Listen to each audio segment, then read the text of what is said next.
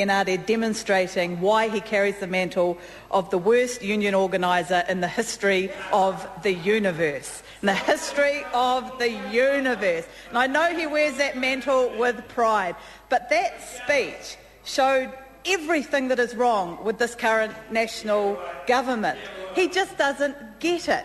Because if he asked workers if they would like to be allowed to keep their 4 weeks annual leave and afford to pay the bills, they would say that that would be their preference. So for Tau Henare to get up in this House and brag about the fact that this national government has made it so hard for hard-working Kiwi families to pay their bills, they're going to make it harder when GST goes up in October. It's going to be harder when inflation hits nearly 6%, as Treasury says it's going to. And Mr Henare has the gall to come into the House and brag that it's good that workers feel that they have to cash in a week of their holiday in order to be able to pay the bills. Well, I say to Mr Henare, it is nothing to be proud of. Nothing to be proud of when workers don't have a choice except to trade in holidays, time with their family, time with their friends, time to recharge so they can be more productive in the workplace because they cannot afford to pay the bills, because the tax cuts that Mr Henare's national government recently passed don't go to the average working family. They don't. Most of them go overwhelmingly to the top 5% income earners. It's not the people we're talking about here that are going to get those tax cuts. But I tell you what, Mr Speaker, they're going to get all the cost increases. They're going to get all the cost increases. And in a desperate attempt to kind of defer any kind of criticism about that, the great answer from this National Party is they can cash in a week's holiday. Well, Mr Speaker, I think we actually need to come back to a really fundamental point, which is why do we have annual holidays? Why do we have that? Absolute silence from the National Party. Absolute silence. We have it because we recognise that people need downtime. That people, now they're pretending that they weren't listening. Now they're pretending that they weren't listening. I can repeat my question, Mr Brownlee, but I can guarantee you won't answer it. In fact, you'll probably pass it off to Bill English to answer, because apparently the Minister of Economic Development doesn't have to answer questions about economic development anymore. Why is he paid $250,000 a year if he won't set milestones for economic development and he won't answer questions on economic development? That's a question that the voters in New Zealand will have to answer. But the reality is we need to come back to why do we have annual leave?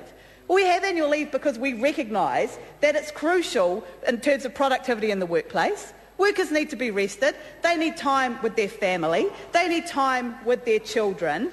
And because of that, countries around the world have far greater entitlements in terms of annual leave than New Zealand has. In fact, we had to fight very hard just to get this 4th week. So if we agree that annual leave has value in terms of the productivity in the workplace, in terms of the health and well-being of our families, and I refer back to a quote that John Key said, where he said, quote, long hours at work, both parents in employment, childcare shortages, growing interest rates and rising bills create a far from ideal environment for good parenting and healthy family relationships. So if the Prime Minister thought that a couple of years ago, then why doesn't he think that it's important now that those healthy family relationships, that those relationships with children, why are they less important now at a time when, because of his own actions, childcare shortages are increasing, the cost of childcare is going to increase because of the government cuts, interest rates are going to grow, the cost of living is increasing, rising bills, all the things the Prime Minister talked about 2 years ago have in fact gotten far worse under this government. So why now does he think that time away from work is no longer important for good parenting and for healthy family relationships? Because everyone knows that it is. Everyone knows that it is. And the reality is that this is a smokescreen, because what our workers need are decent wages.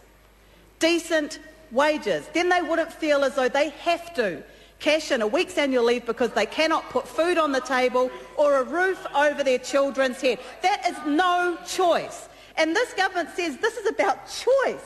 Well, they need to get out into the real world. They need to get out into the real world and talk to the people who have no choice. The minister can sit in her ivory tower in Wellington and say this is about choice and it's about a worker being allowed to decide between annual leave or the money. It's voluntary. Well, it's not, Minister. If someone is living day to day on the breadline, if they're running the risk of losing their home, if they cannot put food on the table, it is not a choice. It is not a choice. And that's the thing this government has never understood when it comes to industrial relations, because they've always had choices. They've always had choices. So why wouldn't everyone else have the same choices they have? Well, as I said, get out into the real world and go and talk to the people who are doing this not because they want to. In fact, they're doing it. They don't want to do it, but they're doing it because economically they have no other choice, because this government has abandoned them. This government has abandoned them. It didn't give them the tax cuts. Someone on the average wage, on the minimum wage, $3 a week. That's going to be more than swallowed up by GST, let alone inflation, let alone rent and all the other cost increases that have come under this government's watch. And this minister says that those people have choices. Well, this minister needs to get out and talk to a few more people, I think, because I very, very strongly feel that she doesn't know what she is talking about in this regard. The other interesting thing is, of course, they're saying that this is just voluntary, it can't be a term, a condition of employment. Well, that's exactly what this minister said about the 90-day bill. The 90-day bill, which says that just because an employer doesn't like you, they can get rid of you even if you're doing a fantastic job. It's legitimised discrimination in the workplace. That's all it's done. Trial periods have always been in New Zealand law.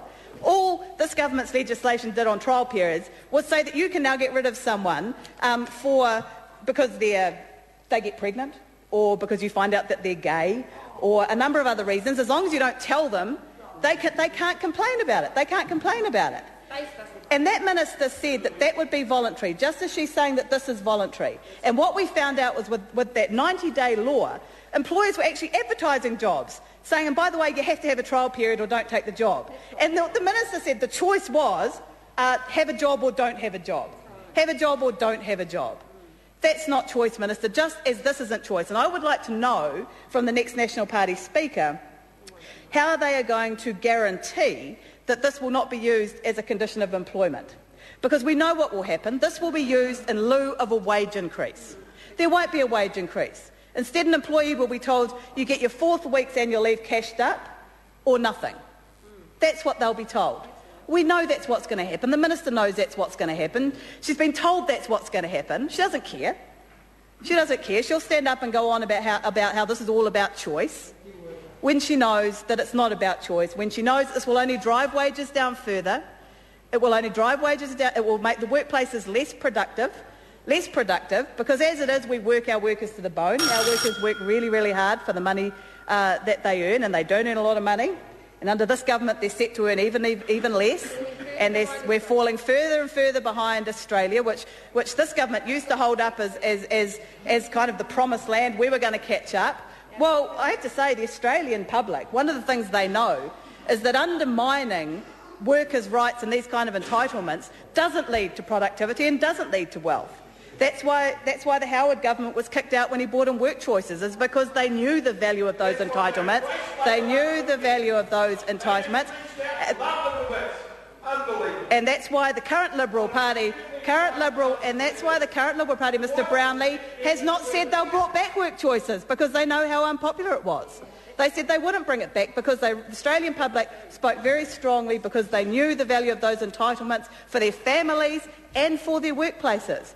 And my colleague Lynn Pillay talked a little bit about the new requirements for sick leave, because of course under the current law you can require a medical certificate for sick leave.